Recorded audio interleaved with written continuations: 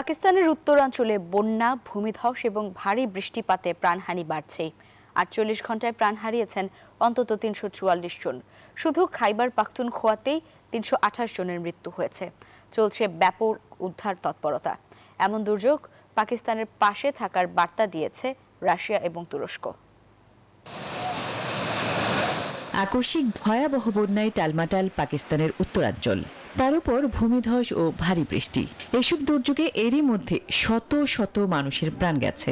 সবচেয়ে বেশি মৃত্যু হয়েছে দেশটির উত্তরাঞ্চলের খাইবার পাখতুনখোয়াতে। শুধুমাত্র সেখানেই ৩০০-র বেশি মানুষ মারা গেছে।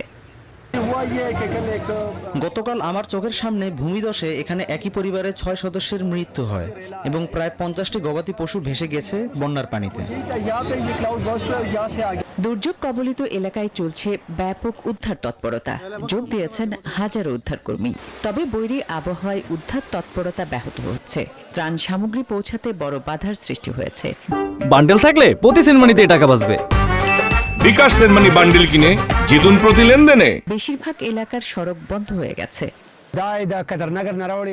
রাস্তাঘাট তলিয়ে যাওয়ায় ত্রাণ সরবরাহে, বিশেষ করে ভারী যন্ত্রপাতি ও অ্যাম্বুলেন্স পরিবহনে চ্যালেঞ্জের মুখে পড়তে হচ্ছে। উদ্ধারকর্মীরা পায়ে হেঁটে দুর্গম অঞ্চলে তৎপরতা চালাচ্ছেন। বন্যা ও ভূমিধসে প্রাণহানির পাশাপাশি দীর্ঘ হচ্ছে ক্ষয়ক্ষতির তালিকাও। এরই মধ্যে পাকিস্তানের প্রধানমন্ত্রী শাহবাজ শরীফ এই পরিস্থিতি মোকাবেলায় জরুরি অবস্থা ঘোষণা করেছেন। আশ্বাস দিয়েছেন দুর্যোগ কবলিতদের সাধ্যমতো সব রকম সহায়তা দেয়ার। এমন দুর্যোগে পাশে থাকার বার্তা দিয়েছে রাশিয়া ও তুরস্ক। ২০২২ সালে পাকিস্তানের ১/৩ এলাকা পানির নিচে তলিয়ে গিয়েছিল। এতে মৃত্যু হয়েছিল ১৭০০ জনের। আসপাতুলি, নিউজ 24।